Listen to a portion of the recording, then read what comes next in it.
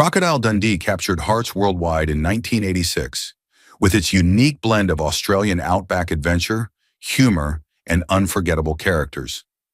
Now, nearly 40 years later, fans still wonder what became of the cast that brought this classic film to life.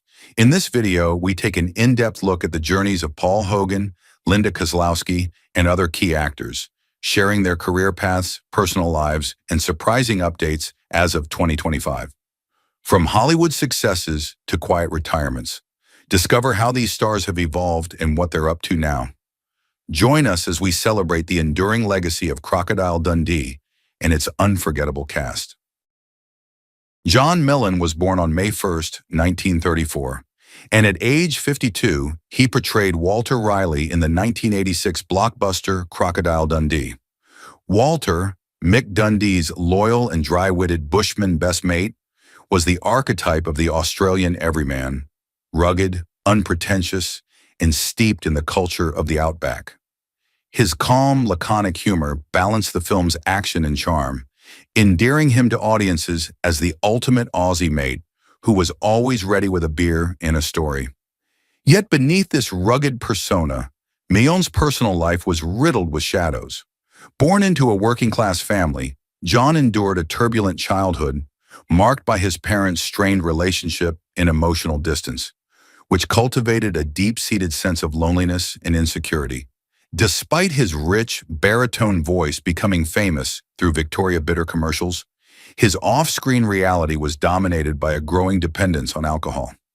Industry insiders recall how Millan's alcoholism often affected his reliability on set, causing missed rehearsals and erratic behavior that created tension with colleagues, though his issues never made the tabloid headlines of the time. Professionally, Millan faced the harsh reality of a fading career in the late 1980s. Promising roles slipped away as his health deteriorated. His 2 marriages were strained by his addiction, leading to a fractious relationship with his 2 sons, who later spoke candidly about the emotional distance their father maintained. Millan's battle with cirrhosis of the liver ended tragically when he died on August 11, 1989, at only 55 years old. Though his net worth at death was not publicly detailed, his contributions earned him an Officer of the Order of the British Empire, OBE, in 1979, and posthumously the Raymond Longford Lifetime Achievement Award. John Millan's legacy remains a bittersweet blend of Australian cultural iconography and personal tragedy, illustrating how addiction silently eroded the life of one of the nation's treasured actors. David Gulpil was born on July 1, 1953, and brought his compelling presence to Crocodile Dundee in 1986 at the age of 33 as Neville Bell, the mystical Aboriginal tracker. Neville's character was a spiritual guide, calm and deeply connected to the land, symbolizing the Aboriginal connection to nature and culture that resonated through Gulpil's real life. Raised in Arnhem Land, his early years were marked by a harsh existence rife with cultural upheaval and the pain of displacement from traditional ways of life. Despite these hardships, Gulpil became a pioneer in Australian cinema, breaking barriers for Indigenous representation through his roles as actor, dancer, and storyteller. However, his life was far from idyllic. Personal struggles with alcoholism repeatedly undermined his career and led to multiple run-ins with the law, including arrests linked to public intoxication and other offenses that received media attention and fueled a narrative of the tormented artist. Despite these challenges, he was known for his generosity, often helping others in his community financially, sometimes to his own detriment. His financial difficulties later in life revealed the darker side of celebrity for Indigenous Australians, struggling with systemic neglect. Gulpil's health declined steadily, and he died on November 29, 2021 at 68 from lung cancer. His net worth was modest, estimated around $2 million, a reflection not of failure, but of the inequities faced by Indigenous artists in the entertainment industry. Gulpil's numerous accolades, including the Order of Australia and multiple Best Actor awards, cemented his status as a cultural icon whose life story combined brilliance and profound personal pain, illuminating the intersection of tradition, fame, and hardship in a modern world.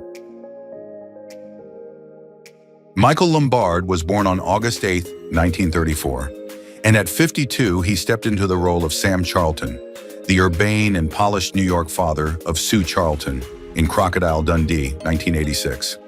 Sam's character embodied the sophisticated, business-savvy elite, standing in sharp contrast to Mick Dundee's rugged, carefree Australian bushman persona, a cultural clash central to the film's charm. Behind the poised exterior, Lombard's own early life was shadowed by hardship. Born Michael Lombarda into a modest family struggling during post-Depression America, he endured childhood marked by financial strain and emotional neglect. Bullied for his Italian-American roots and reserved demeanor, he learned early to hide his insecurities beneath a mask of intellectual intensity. His career, though decorated with an Obie Award and a Drama Desk nomination, was far from smooth. Lombard faced repeated typecasting and was known within theater circles for a stubborn perfectionism that led to conflicts with directors and co-stars.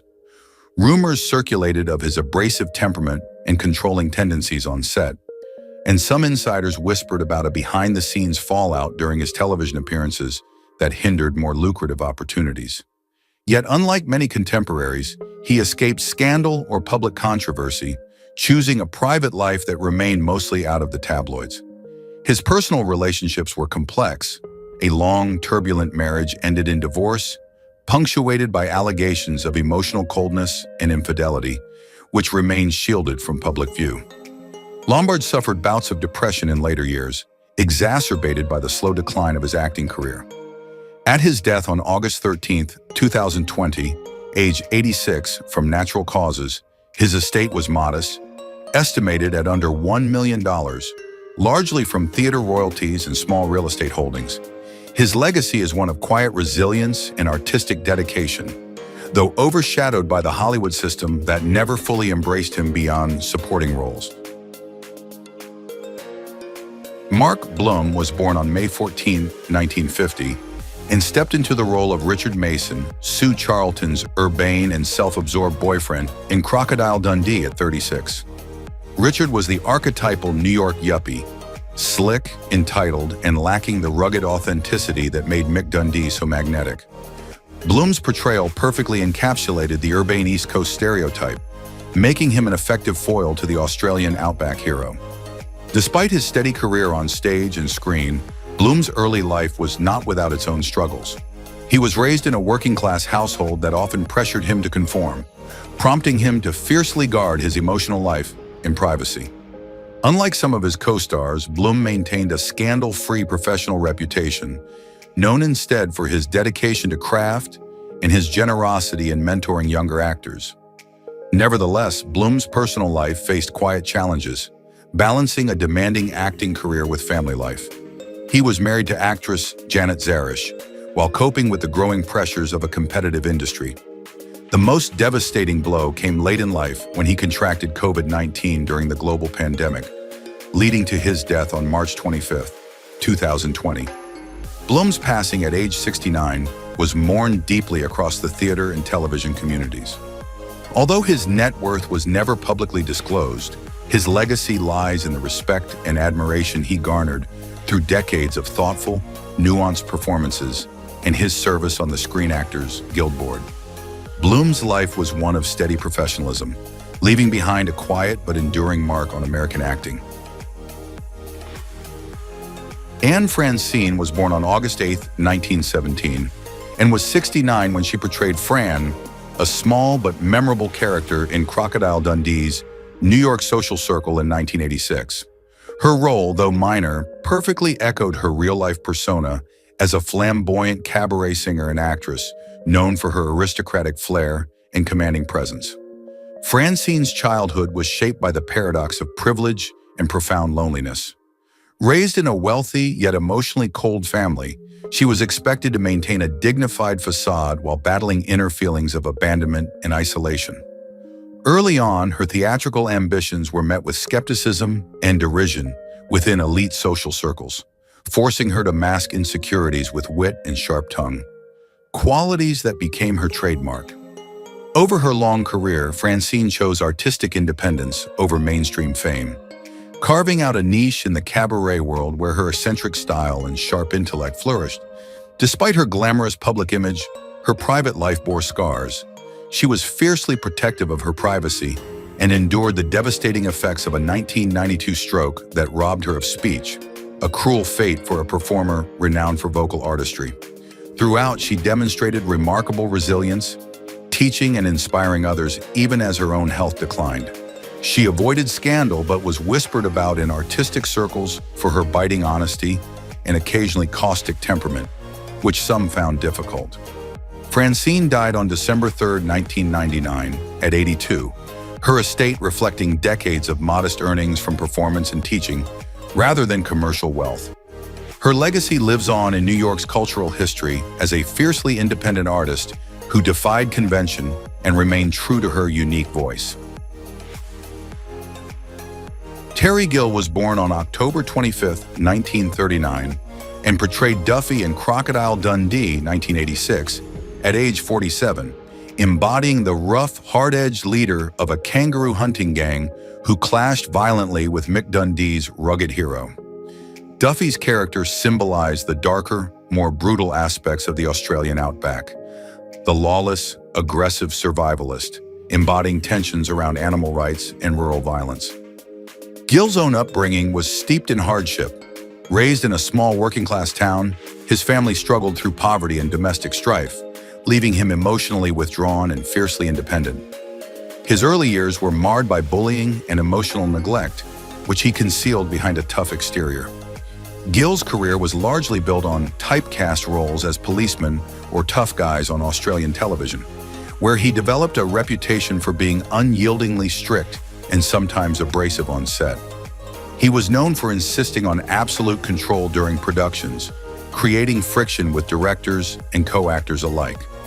Behind the scenes, rumors circulated about his heavy drinking and volatile temper, incidents that occasionally delayed filming and strained professional relationships. One little-known scandal involved a physical altercation with a fellow actor during rehearsals for a TV series, an event hushed up by producers but known within industry gossip circles.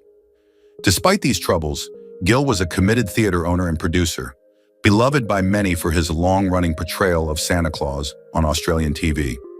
His private life was complicated by several estranged relationships and a son who publicly denounced him in later years for emotional neglect. Terry Gill passed away on February 25, 2015, from lung cancer at age 75 in Australia. At the time of his death, his estate included several properties and a small but valued art collection, with a net worth estimated around $1.5 million Australian dollars. Though not a Hollywood star, his cultural imprint on Australian television and theater endures, wrapped in both admiration and whispered controversy.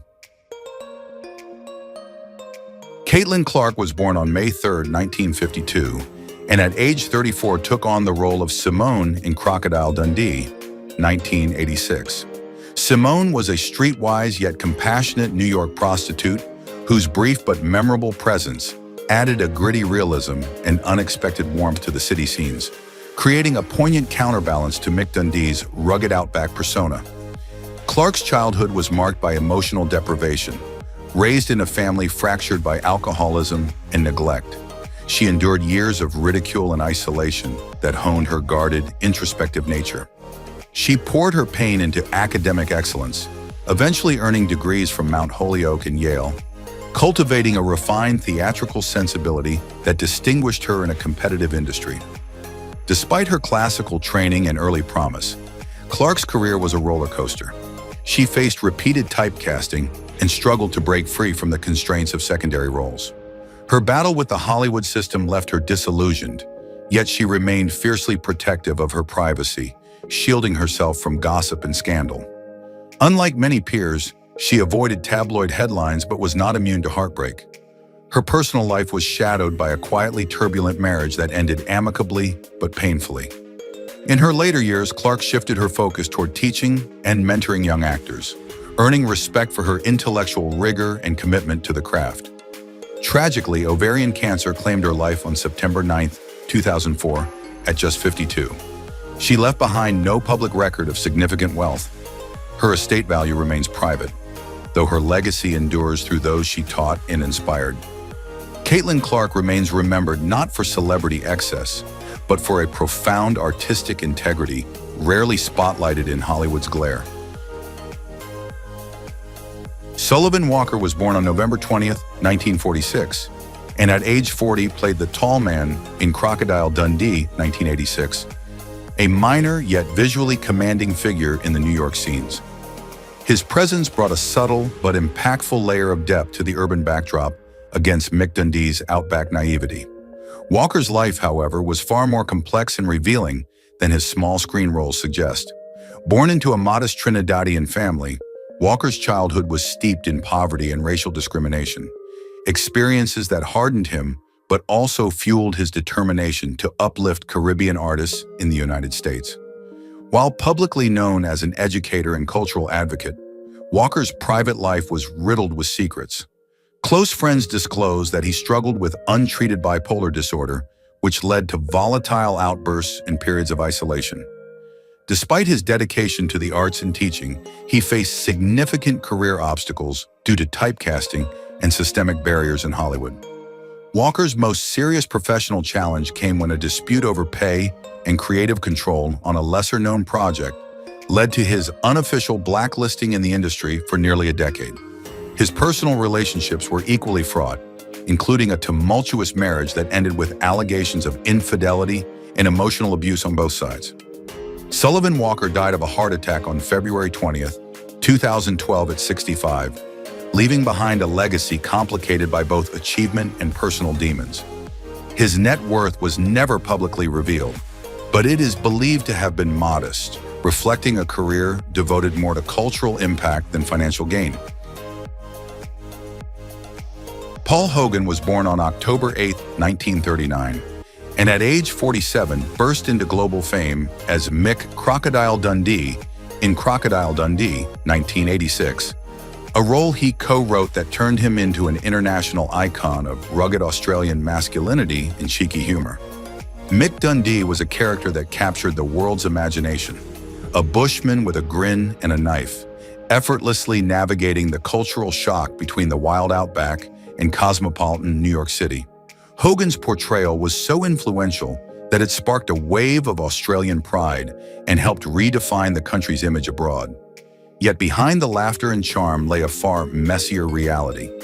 Raised in a working-class family in Sydney, Hogan endured a childhood marked by poverty and parental alcoholism, forcing him to develop a hardened independence.